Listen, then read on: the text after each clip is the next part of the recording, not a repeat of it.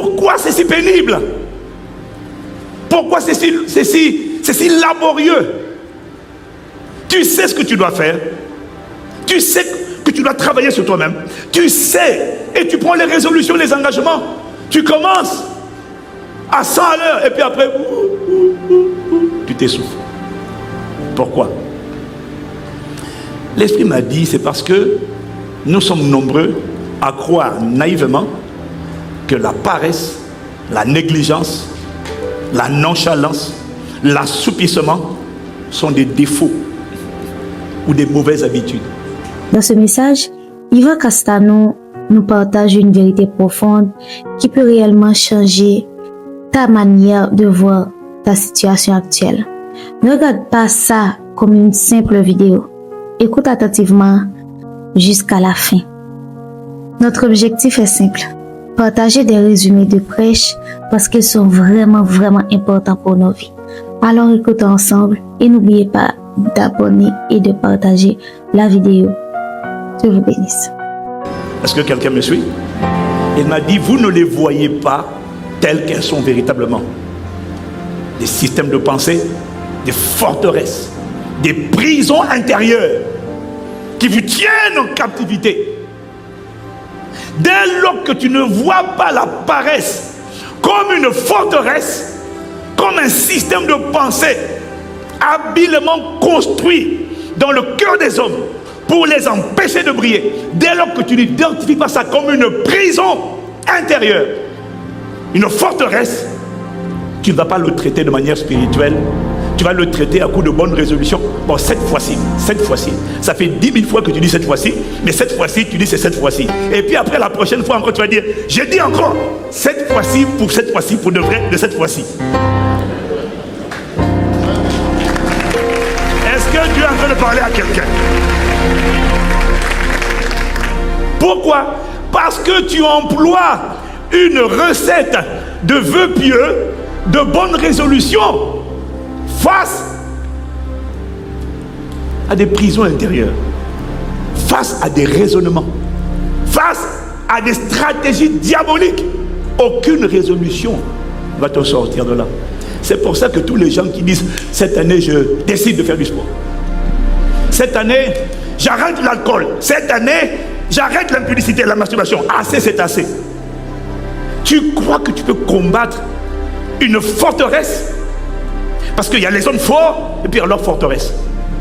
Les hommes forts, ce sont des entités spirituelles. Leur forteresse, ce sont leurs voix. Les voix qui te parlent, qui te molestent, qui te contrôlent.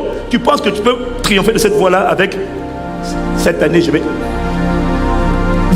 Vous n'utilisez pas des armes spirituelles pour attaquer les forteresses. Voilà pourquoi vous restez dedans pendant longtemps. Mais toi et moi, c'est fini. Tu es sorti. Dis-moi amen. La plupart des chrétiens qui sont bien enseignés ont désormais compris que le rejet, c'est une forteresse, c'est-à-dire une prison intérieure. La peur, c'est une forteresse, c'est-à-dire une prison intérieure, c'est-à-dire un système de pensée, une manière de penser. Ils ont compris que c'est comme ça pour l'impudicité, pour la peur, pour le rejet, pour la colère, pour la haine. Ce sont des systèmes de pensée, ce sont des forteresses. Mais la plupart des chrétiens n'ont pas compris que la paresse aussi, c'est une forteresse. Et qu'elle doit être traitée de la même manière. Tu es zélé quand il faut combattre la forteresse de la sorcellerie, lorsqu'il faut combattre les forteresses de chèque et de pauvreté. Là, tu es enthousiaste. Mais quand il faut combattre la forteresse de la paresse, de la négligence, tu veux employer les armes des bonnes résolutions. Ça ne marche pas. Il faut une approche et une tactique spirituelle. C'est ce que Dieu va te montrer. Si tu es encore avec moi, dis Amen. Parce que tu dois comprendre, bien aimé, la vérité, elle est celle-ci. Dieu m'a dit, l'Esprit m'a dit, chaque fois que tu sais qu'une chose est mauvaise, un comportement, une habitude que tu as est néfaste pour toi. Chaque fois que tu sais qu'une habitude, qu'un comportement, qu'une attitude t'est néfaste, préjudiciable, nocive, toxique, tout ce que tu sais être mauvais, dont tu décides de te débarrasser, mais dont tu n'arrives pas à te débarrasser, parce qu'au bout de quelque temps, ce dont tu essaies de te débarrasser, tu te retrouves encore à l'intérieur de la même chose. Tu n'as pas affaire à une mauvaise habitude, à un défaut. Tu as affaire à une forteresse. Tu as affaire à une prison intérieure. Tu as affaire à un système de pensée, à des murailles qui sont dressées à l'intérieur de ton cœur. Tu as affaire, chaque fois que tu essaies de te débarrasser de quelque chose, mais que tu reviens permanemment à ce que tu avais vomi. Je ne veux pas, mais je n'y arrive pas. Chaque fois que tu exprimes ce sentiment de désespoir, tu n'as pas affaire à une mauvaise habitude. Tu as affaire à une forteresse. C'est-à-dire, derrière ça, tu as affaire à une prison, à un homme fort, à un geôlier qui te fait entendre des voix intérieures et qui te garde prisonnier. Tu as beau t'échapper et puis il te ramène encore. Ce n'est pas naturel, c'est un combat spirituel.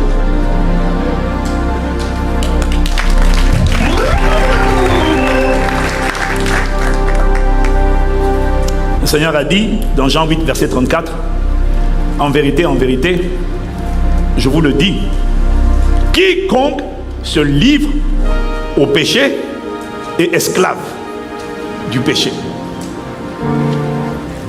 Amen.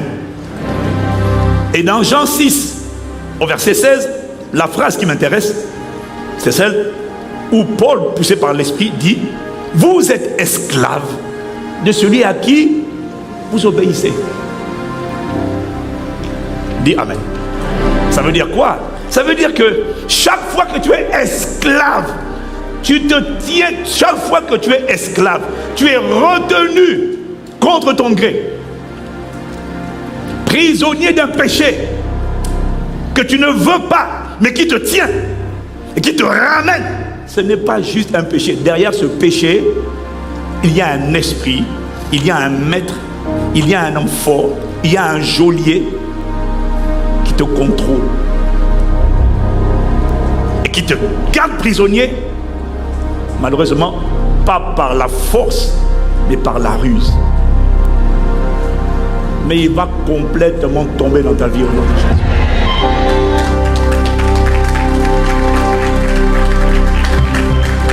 Est-ce que quelqu'un me suit? Dis avec moi les forteresses. C'est trop fort quand je joue le piano. Dis avec moi les forteresses. Donc tu comprends? Les forteresses sont des systèmes de pensée mensongers, des habitudes de pensée, des schémas de pensée. Mais la question c'est d'où viennent, d'une manière générale, nos systèmes de pensée. Tu dois comprendre que nos systèmes de pensée ont été bâtis au cours de notre enfance, à chacun d'entre nous, à travers 4 facteurs, 4 influences qui ont contribué à construire en toi ton système de pensée. Et en fait, ta vie d'aujourd'hui n'est que la conséquence, la résultante des systèmes de pensée que tu as hérités, qui ont été érigés en toi depuis ton enfance. C'est ça qui t'a amené là où tu es aujourd'hui. C'est ça qui détermine la manière dont tu penses aujourd'hui. Pourquoi tu penses comme tu penses? Parce que ce système de pensée que tu as a été érigé, construit en toi. Est-ce que quelqu'un me suit? Ce système de pensée est influencé par au moins 4 facteurs que j'ai compris. Il y en a peut-être d'autres, mais il y en a 4 minimum. Le premier, c'est l'environnement culturel. L'environnement culturel dans lequel tu as grandi, que tu le veux, que tu ne le veux pas, l'environnement culturel dans lequel tu as grandi a contribué à façonner ton système de pensée. Dans ta culture, il y a tes rituels, il y a tes traditions, il y a tes coutumes. Et dans chaque culture, dans chaque pays, il y a des bonnes choses dans les cultures, mais il y a aussi des mauvaises choses. Et c'est tout ça qui contribue à façonner la manière dont nous pensons. Est-ce que quelqu'un me suit? Quand tu as grandi dans un pays où il fait chaud, où les gens, à longueur de journée, le matin, midi et le soir, Ils passent leur temps dans des bars, en train de boire de la bière. Ils ne vont pas au travail. Et quand des gens ont des ambitions, quand tu as grandi dans un environnement où il n'y a pas de création, tu n'as pas de gens qui écrivent l'histoire, tu n'as pas de gens locaux de ton pays, de ta race, de ta couleur, de ton pays, de ton origine, ou de gens qui ont grandi dans la même ville que toi, qui trouvent des capacités, qui les développent, qui créent des entreprises, et les entreprises grandissent et deviennent des grosses entreprises, des grosses structures, des créateurs de richesses et d'emplois. Quand tu n'as pas ça, et que le système de pensée, la culture, veut en sorte qu'on attende que le salut vienne d'ailleurs. On attend que soit le gouvernement nous recrute, ou alors qu'il y ait un grand groupe qui vienne s'installer dans le village, dans la ville, pour nous créer des emplois. Parce qu'on n'a pas compris que pour créer des emplois, Dieu n'a pas prévu pour toi que tu attendes un grand groupe. Dieu a prévu pour toi des capacités enfouies qu'il a mis à l'intérieur de toi, que tu dois exploiter, découvrir, exploiter, développer, maximiser, jusqu'à devenir compétent. Mais quand tu n'as pas vu ça, ce n'est pas la norme. Il n'y a pas beaucoup de gens compétents. Est-ce que quelqu'un me suit? Que tu le veuilles ou que tu ne le veuilles pas, on est influencé par ce genre d'environnement. Quand tu n'as pas grandi, quand dans ton environnement culturel, il n'y a pas d'inventeur, il n'y a pas de chercheur, il n'y a pas de concepteur, il n'y a pas de développeur. Il n'y a pas. Là, sans que tu fasses exprès, tu seras toi aussi contaminé par le système de pensée de on attend. Et ta plus grande ambition dans la vie, ça sera quand tu fais des études, boulot, je cherche un emploi. Et quand il n'y a pas d'emploi, au lieu de créer ton emploi, tu vas attendre que quelqu'un amène des emplois et tu vas maudire les sociétés qui ne viennent pas créer des emplois dans ta ville parce qu'ils ne viennent pas. L'environnement dans lequel on a grandi a affecté notre système de pensée. Si tu essaies de comprendre d'où vient l'attitude de paresse, va en Afrique chez nous là-bas. Va dans les pays chauds, côtiers, les îles. Tu vas comprendre. Quand tu as grandi dedans, que tu le veuilles ou tu ne le veuilles pas, ça t'a affecté. Est-ce que quelqu'un me comprend un peu? Ça t'a affecté.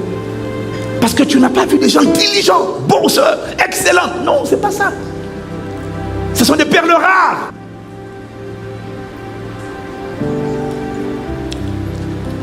La nonchalance, la passivité, c'est la norme. Mais que tu dois te rendre compte, hein, l'environnement dans lequel tu as grandi va déterminer les combats, les forteresses qui vont s'implanter en toi et les combats face auxquels tu vas te livrer. Quelqu'un me suit? Ce qui façonne notre système de pensée, c'est l'environnement culturel, et c'est aussi la famille. La famille dans laquelle on a grandi. Si elle est polygame, si elle est monogame. Bref, la famille, la manière de penser, la manière de parler de tes parents. Parce que parfois, même si l'environnement culturel est compliqué, nonchalant, paresseux, bravalant, impudique, tout ça, si tu as grandi dans un environnement familial de sainteté, d'excellence, de diligence, de ardeur, d'intégrité, là au moins tu as de l'espérance. Tu as la possibilité d'échapper au sort des autres. Parce que la famille, c'est le premier maillon de socialisation de l'enfant. Tu n'as pas dit amen. Et quand dans ta famille, ce que tu as vu de tes parents, ce n'était pas la diligence, la proactivité, le travail. Ce n'était pas la fidélité. Alors tu comprends maintenant pourquoi il y a des systèmes de pensée que tu as. Quand c'était la polygamie, et même quand ce n'était pas la polygamie, c'était les maîtresses. Ou les maîtres. Ah ben oui, parce qu'il y a aussi les deux sens, hein, attention. Hein. On dit maîtresse, mais il y a aussi des femmes. Hein. Oh là là. Hey. Mais il y a certaines familles, hein. Moi j'ai découvert, hein. Quand j'essaie de trouver là où c'est dans le cycle de la famille, tu dis, en fait ta grand-mère, oui ma grand-mère c'est quoi? En fait elle a eu tel monsieur. Tu dis, hey, maman aussi à l'époque. Miséricorde. Waouh. Dans la famille dans laquelle tu grandis, a contribué à bâtir ton système de pensée. Mais Dieu te le restaure par la bonne famille spirituelle. Voilà pourquoi toi aussi tu dois tout faire pour être une famille biologique selon les standards de Dieu, afin de donner à tes enfants les bonnes valeurs, les bons repères, le bon système de pensée. Et puis il y a les expériences que tu as vécues, qui contribuent aussi à bâtir ton système de pensée. Les drames, les abus, les maltraitances, les guerres, les viols, les divorces, ou alors les absences de père, les absences de mère. Tous ces trucs-là, tous ces différents paramètres sont utilisés par le diable comme étant des portes d'entrée pour faire asseoir en nous ces schémas de pensée. Le quatrième, ce sont les associations, soi-disant les amis, les fréquentations. Est-ce que quelqu'un me suit? Donc ce que je veux dire, c'est que tout ça contribue à bâtir your mindset, la manière dont tu penses, ton système de pensée. Et le diable profite de l'enfance, de notre enfance, parce que tout ça, ça vient dans l'enfance, ça commence dans l'enfance. Le diable profite de notre enfance pour injecter en nous des systèmes de pensée, des manières de penser, ou encore des mentalités opposées à la pensée de Christ. Dans l'objectif, c'est de nous empêcher de pratiquer la parole de Dieu. Quelqu'un dit Amen. Quelqu'un dit Amen. Et ces manières de penser, ces schémas de pensée, ces mentalités que tu as acquises depuis ton enfance, tout schéma de pensée, manière de penser, système de pensée, habitude de penser qui s'oppose à la parole de Dieu, au commandement de Dieu, au principe de Dieu, à ce que Dieu dit: aimer, s'aimer, honore, pardonne, s'aime, sois diligent, sois fidèle. Tout système de pensée qui est contraire à ce que Dieu dit, c'est ça qu'on appelle une forteresse, c'est-à-dire une prison intérieure. Est-ce que quelqu'un me suit? Et on a vu en 2020, en début d'année, beaucoup d'entre vous n'étiez pas là, en début d'année 2020, on a vu les forteresses. On a parlé des forteresses, les deux types de forteresses, les raisonnements et les hauteurs. Je n'ai pas à cœur d'en parler ce matin, mais on a vu que l'amertume est une forteresse, la colère est une forteresse, la peur est une forteresse, le rejet est une forteresse, l'immoralité sexuelle sur toutes ses formes, c'est une forteresse. La jalousie est une forteresse.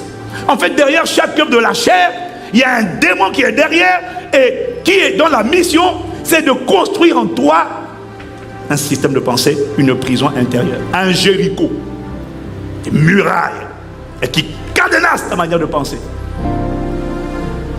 Ces manières de penser ont été ébranlées, elles vont rester ébranlées et elles seront ébranlées au nom de Jésus.